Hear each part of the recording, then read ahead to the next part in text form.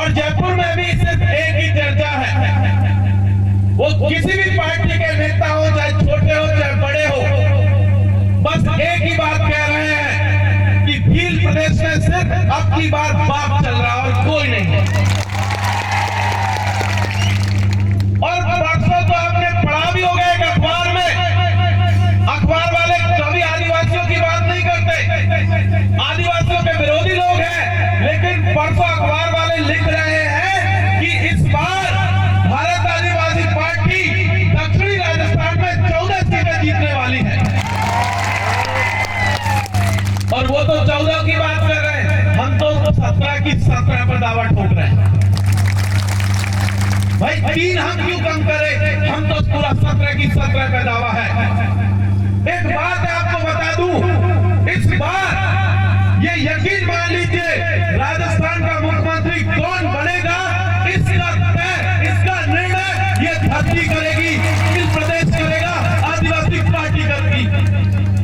साथियों, पिछले 75 सालों में कभी कांग्रेस ने, कभी बीजेपी ने, दोनों ने मिलकर, एक दूसरे ने मिलकर के आदिवासियों को लूटा है और लगातार लूटते चले आ रहे हैं। अभी भी देख लीजिए, उनका लूट का सिलसिला जारी है। एक बार कांग्रेस लोग आते हैं, खूब लूट के 5 साल जाते हैं, फिर अगली बार बीजेपी के आते हैं और 5 साल वो लूट मचाते हैं। इस बार हमारे पास मौका है, झाड़ोल पलासिया के लोगों, ये बात गांठ बांध लीजिए, हमें पहली बार मौका मिल रहा है कि इनकी लूट को खत्म करना है। एक बात समझिए, किस तरीके की लूट इस देश में मची हुई है और आपके यहाँ पर भी मची हुई है। एक्सप्रेस बन रहा है ना आसपास से, बड़ी सड़कें बनाई जा रही है और कह रहे हैं आदिवासियों को कि आदिवासी लोग इस जमीन को सड़क के नाम कर दीजिए, सड़क बनाने वालों को दे दीजिए। और कहीं पर कहते हैं कि कोई टाइगर प्रोजेक्ट बनाएंगे, उसके नाम पर आदिवासियों की जमीन छीन रहे हैं। कहीं जो आप बोले ट्रेन के नाम पर जमीन छीन रहे। एक बात बताओ आप लोग, आप में से कितने लोगों को बोले ट्रेन में बैठने का मौका मिलेगा? जरा हाथ खड़ा करके बताइए भाई, कोई है जिसको मौका मिलेगा? नहीं मिलेगा। एयरपोर्ट भी तो बने हुए हैं आसपास में, उदयपुर में भी बना हुआ, और भी आसपास में एयरपोर्ट बने हुए हैं। कभी किसी ने जो हवाई यात्रा की है क्या आप लोगों में से? नहीं की ना। तो जमीन किसकी थी? आदिवासियों की, और छीन के ले गए दूसरे लोग। वो लोग अभी भी यही काम कर रहे हैं। आप एक बात बताइए, कांग्रेस और बीजेपी ने मिलकर के पूरे के पूरे आदिवासी इलाकों को पिछड़ेपन की ओर धकेल दिया, गरीब बना करके रखा है। आपके यहाँ पर नौकरियां नहीं है। एक बात मैं अभी साथी से पूछ रहा था, पलासिया के जो लोग हैं वो बताए, पलासिया में कितने कॉलेज है भाई? सरकारी कॉलेज कितने हैं? कोई कॉलेज नहीं है, कोई कॉलेज नहीं है। तो बीजेपी और कांग्रेस के विधायकों ने क्या किया इस इलाके में? कोई कॉलेज नहीं है, तो क्या किया उन्होंने? और कहीं कोटला में कॉलेज है कॉलेज, उसमें क्या पढ़ाया जाता है? साइंस पढ़ाई जाती है क्या? नहीं पढ़ाई जाती। कॉमर्स पढ़ाया जाता है। तो एक बात बताओ, साइंस आप पढ़ेंगे नहीं तो बताओ डॉक्टर कैसे बनेंगे आपके बच्चे? साइंस नहीं पढ़ेंगे तो माता जी आप बताओ आपका बच्चा इंजीनियर कैसे बनेगा? बिना साइंस पढ़े डॉक्टर बन जाओगे क्या आप लोग? बिना साइंस पढ़े इंजीनियर बन जाओगे क्या आप लोग? तो क्या कांग्रेस और बीजेपी के लोगों को नहीं पता है कि बिना साइंस पढ़े तो डॉक्टर इंजीनियर नहीं बन सकते? तो इस यहाँ पर पलासिया में, कोटला में साइंस और कॉमर्स को शुरू किया जाए, खूब पता है, लेकिन नहीं किया। क्यों नहीं किया? क्योंकि वो नहीं चाहते कि आदिवासी का बच्चा डॉक्टर बने, इंजीनियर बने, आईएएस बने, आईपीएस बने, आईएफएस बने। वो लोग हम लोगों को इसी तरीके से शोषण करना चाहते हैं, गरीबी में धकेल करके रखना चाहते हैं, हमें आगे बढ़ने नहीं देना चाहते। लेकिन उल्टे बीजेपी के लोगों को देखिए, कांग्रेस के लोगों को देखिए। आपके यहाँ पर तो विधायक बीजेपी का है ना बाबूलाल जी, पहले भी 2 बार रहे हैं, शायद रहे ना, 15 साल राज करते हुए हो गया। वो बताए पलासिया में कॉलेज क्यों नहीं बना? पलासिया में कॉलेज क्यों नहीं बना? पलासिया के लोगों ने रोका था क्या कॉलेज बनाने से? क्यों नहीं कॉलेज बना? बाबूलाल जी से ये सवाल पूछा जाना चाहिए। कोटला में भी पूछा जाना चाहिए कि वहां पर कॉलेज में बाकी सब्जेक्ट क्यों नहीं पढ़ाए जा रहे हैं। कांग्रेस के लोगों से भी पूछा जाना, सबसे पूछा जाना चाहिए। इस बार हमारे पास मौका है हर एक सवाल का चुन चुन करके बदला लेना, हर एक चीज का हिसाब करना है इस बार। दूसरी तरफ देखिए किस तरीके की लूट मची हुई है। आप बताइए, जो नौजवान साथी पढ़ते हैं, आप बताओ भाई, छात्रवृत्ति कब से नहीं आई है? 2 साल से। माता जी आप बताओ।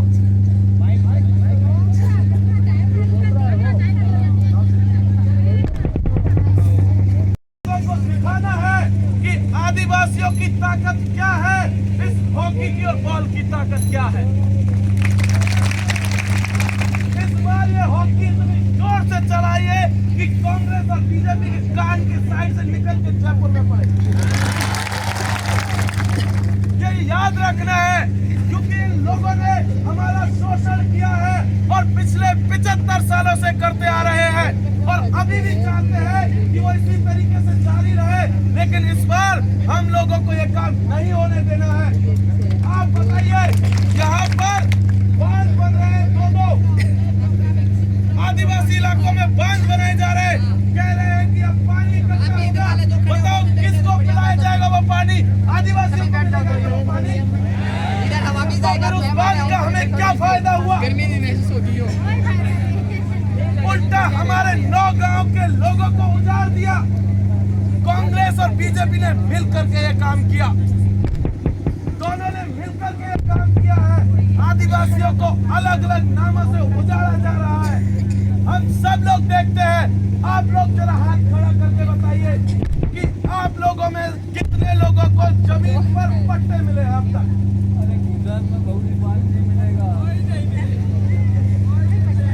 किसी को जमीन का पट्टा मिला है क्या? इस देश में 15-16 साल कानून बने हुए हो गए कि आदिवासियों को जमीन पर पट्टा मिलेगा, लेकिन कांग्रेस और बीजेपी के लोगों ने, झाड़ोल और फलासिया के लोगों को एक भी व्यक्ति को पट्टा नहीं दिया है।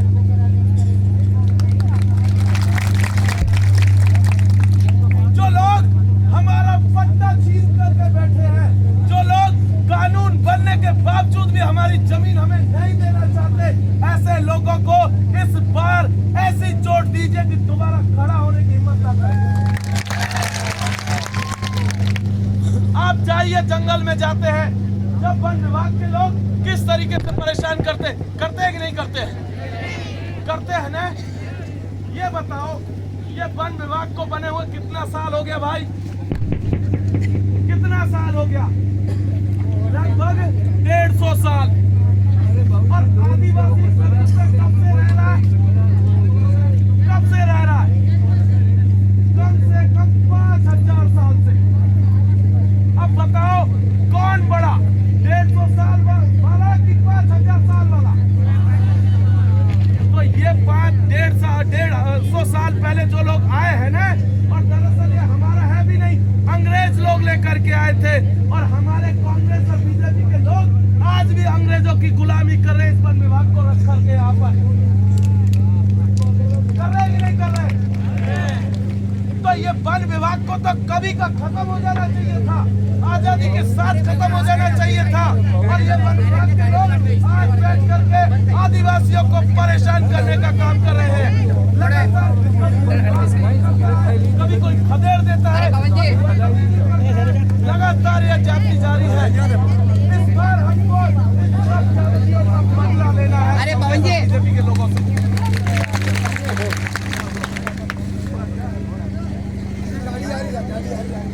चाहता हूँ खास करके नौजवान साथियों से, जो लोग पढ़ते लिखते हैं, उन सबसे एक सवाल पूछना चाहता हूँ।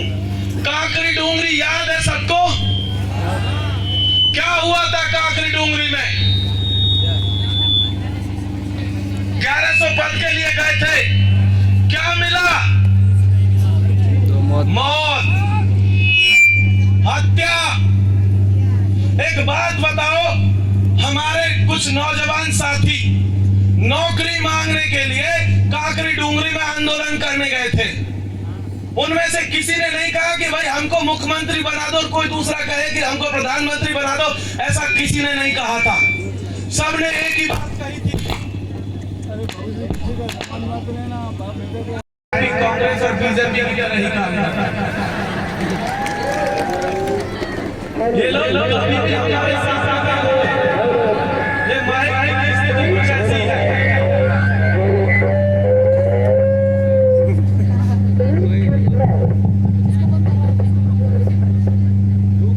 तो कांगड़ी डोंगरी में हमारे नौजवान साथी नौकरी मांगने के लिए गए थे और बदले में क्या मिला? पुलिस की गोली। मांगने गए थे नौकरी और बदले में मिला पुलिस की गोली। और क्या हुआ? तो हमारे नौजवान साथियों को पुलिस की गोली से मार दिया गया।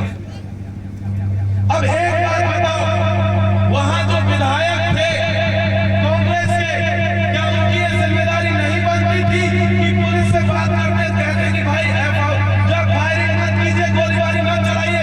बनती थी कि नहीं बनती थी? बनती थी। लेकिन क्या उन्होंने पुलिस को मना किया? नहीं किया। तो उसका नुकसान क्या हुआ? हमारे दो लड़कों को, नौजवान साथियों को, जिनका पूरा भविष्य भी पड़ा हुआ था, जिन्हें अपनी पूरी जिंदगी जीनी थी, जिनके ऊपर उनके पूरे परिवार का जिम्मेदारी थी, उनको पुलिस ने गोली मार दी। और कांग्रेस के लोग एकदम चुप्पी साध गए। वहीं दूसरी तरफ उल्टा और क्या हुआ? 7,000 लड़कों के ऊपर पुलिस ने FIR दर्ज की। 7,000 पर क्या गुनाह था उनका जो 7,000 लोगों पर FIR की? अब 7,000 लोगों पर FIR का मतलब है कि 7,000 परिवार। 7,000 परिवार। अगर एक परिवार में 5 आदमी भी मान लेना तो कितने लोग हो गए भाई? 35,000। 35,000 हुए कि नहीं हुए? तो आप समझिए एक FIR ने 35,000 लोगों की जिंदगियां बर्बाद कर दी। कौन जिम्मेदार है इसके लिए? कांग्रेस। कांग्रेस की सरकार, कांग्रेस के विधायक। झाड़ू और मलासिया के लोग जब कांग्रेस का उम्मीदवार आपके पास आए ना, तो पूछिएगा कि क्या उन 2 बच्चों को जिंदा कर सकते हो कि नहीं? और अगर नहीं कर सकते तो वोट भी नहीं मिलेगा। निकलो यहां से। उनसे पूछना कि इन 35,000 लोगों का भविष्य को आपने बर्बाद किया है, भविष्य को सुधार सकते हो कि नहीं? अगर वो नहीं सुधार सकते हैं तो उनको भगा दीजिएगा अपने यहाँ से। इसलिए एक चीज ध्यान रखनी है साथियों, कांग्रेस और बीजेपी के लोगों ने पिछले 75 सालों में हमारे साथ जितना धोखा किया है, उतना धोखा इस धरती पर कभी किसी ने दूसरे के साथ नहीं किया। इसलिए हमारे पास ये मौका है कि चुन चुन करके हम लोग इस बार जब वोट देने जाए ना 25 तारीख को, तो 5वें नंबर पर अपनी जो ये हॉकी बॉल का निशान है, इतनी जोर से दबाइए कि इसकी आवाज दिल्ली और जयपुर तक सुनाई दे। कांग्रेस के लोग आजकल आपके बीच में आते होंगे और कहते हैं कि जी हम आपको जो है ना एक थैली दे रहे हैं। माता जी जानती है, एक थैली मिलती है। वो थैली बड़ी जबरदस्त है। थैली जरूर काम की है, उसके अंदर रखा हुआ माल कोई काम का नहीं है। पता चलेगा आटे में रेत भरा हुआ है, नमक में पत्थर भर दिए हैं, मिर्चा में लकड़ी का भूसा भर दिया है। अब बताओ, जो लोग हमको नमक तक शुद्ध नहीं दे सकते, वो हमारे बच्चों का क्या भविष्य बनाएंगे भाई? जो नमक में दलाली कर गए माता जी, नमक में दलाली। नमक कितना चाहिए भाई? महीने भर के लिए एक थैली। जो इंसान, जो पार्टी, जो विधायक नमक तक शुद्ध नहीं दे सकता, वो क्या हमारा भला करेगा भाई? अगर कोई भला करेगा ना हमारा, तो दिनेश भाई पांडोर है, याद रख लीजिए साथ। इसलिए याद रखने की जरूरत है। और खास करके मैं बुजुर्गों से कह देना चाहता हूं कि दिनेश भाई की उम्र का ख्याल रखिएगा कि एक और नौजवान आज से 100 साल पहले इस धरती पर पैदा हुआ था, जिसका नाम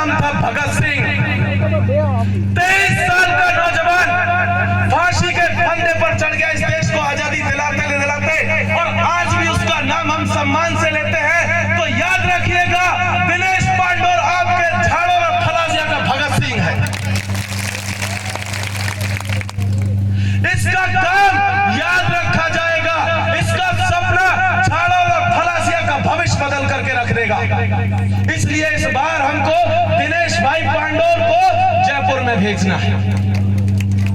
जब हम लोग वोट देने जाएं तो एक बार अपने बच्चों की तरफ देखिएगा, एक बार अपने बुजुर्गों की तरफ देखिएगा, और एक बार जो अपने परिवार के मन्नारे हैं ना उनकी तरफ देखिएगा।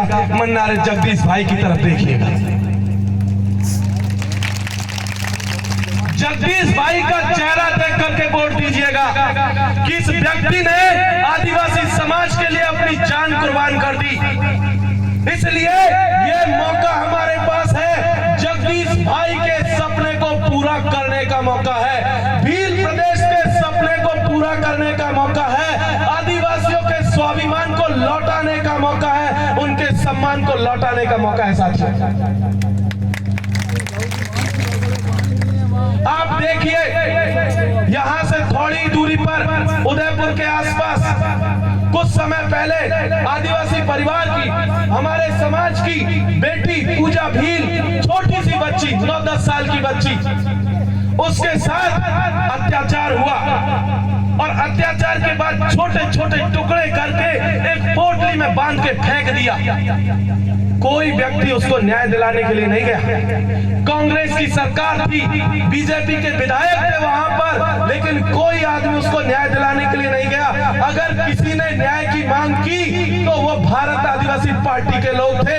आपके तमाम साथी यहाँ पर जो मौजूद है वो सब लोग उसको न्याय दिलाने के लिए गए थे। तो ये वोट इस बार हमारी बहनों के सम्मान के लिए भी है, उनकी सुरक्षा के लिए भी है।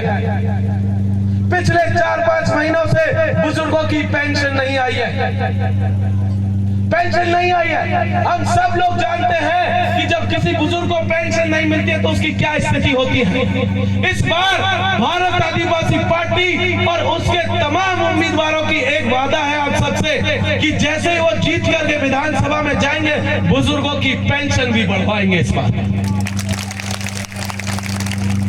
इसी तरीके से मैं आपको बता दूं, पिछली बार सरकार ने घोषणा की थी कि हर जिले में एक मेडिकल कॉलेज बनाएंगे। क्या आपके जिले में कोई मेडिकल कॉलेज बना क्या? तो घोषणा का क्या हुआ? घोषणा तो मोदी जी ने भी की थी 15 लाख की। आ गए क्या? नहीं आए ना। ऐसे ही हमारे मुख्यमंत्री जी ने भी मोबाइल बांटे कुछ दिन पहले। अभी हम लोग कुछ इलाकों में थे, वहां बात चल रही थी कि मोबाइल दिए जो है सरकार ने, लेकिन बोलेंगे मोबाइलों का करे क्या? यहाँ तो ना तो बिजली है ना टावर है। अब बताओ ऐसे मोबाइलों का करे क्या? बिना बिजली बिना टावर का मोबाइल किस काम का भाई? अगर उसकी जगह पैसा डायरेक्टली खाते में आता तो परिवार का भला होता कि नहीं होता? होता ना। लेकिन वो चाहते ही नहीं है। वो चाहते हैं कि कुछ कंपनियां जो रद्दी सद्दी मोबाइल बनाती हैं उनकी दुकानदारी चल जाए, उनको खरीद करके आपने बांट दिया। बस यही उन्होंने काम किया। आटे में कुछ और मिला दिया, नमक में दलाली करके जमीनें वो लगातार छीन रहे हैं। इसलिए ये तमाम चीजों को याद रखने का मौका है साथियों। एक बात कहकर के मैं अपनी बात को खत्म करूंगा। एक छोटी सी कहानी है। एक गांव था, आप सबके गांव की तरह। वहां एक रात कुछ चोर आए और चोरों ने क्या किया कि एक भैंस खोल ली। अब आपके गांव में होता क्या है, भैंस के गले में घंटी बांधते हैं ना अपन, वो घंटी बंधी हुई थी। तो भैंसा और चोरों ने क्या किया, भैंस खोल के बाहर लाए दरवाजे के और घंटी खोल करके कुछ चोर एक तरफ चले गए और भैंस को लेकर के दूसरे चोर दूसरी तरफ चले गए। अब गांव वालों को जब पता चला कि भैंस चोरी हो गई है तो सारे गांव वाले भागे किसकी तरफ? घंटी की तरफ। और चोर ले गए भैंस को दूसरी तरफ। दरअसल कांग्रेस और बीजेपी के लोग यही हैं, वो घंटी लेकर के एक तरफ भाग रहे हैं और जनता को भड़का दिया दूसरी तरफ। दरअसल ये चोर लोग हैं, चोर है, डकैत है। कुछ दिन में डाके डालते हैं, कुछ रात में डाके डालते हैं, कुछ गरीबों पर डाके डालते हैं, कुछ मध्यम वर्ग के ऊपर डालते हैं, महिलाओं के ऊपर डालते हैं, बुजुर्गों के ऊपर डालते हैं। इस बार इन चोरों को यहाँ से खदेड़ने का मौका है। इस बार हमें अपनी जमीन को बचाना है, हमें अपनी संस्कृति को बचाना है, भाषा को बचाना है, हमारे समाज को बचाना है और सबसे बड़ी बात भील प्रदेश को बचाना है। और यही बात कहकर मैं अपनी बात खत्म करूंगा कि 25 तारीख को हॉकी और बॉल के निशान पर बटन दबाइए और अपने दिनेश भाई पांडौर को जयपुर विधानसभा के भीतर भेजिए। बहुत बहुत शुक्रिया। फूल जोहार। जय भीम। इंकलाब जिंदाबाद। संविधान जिंदाबाद।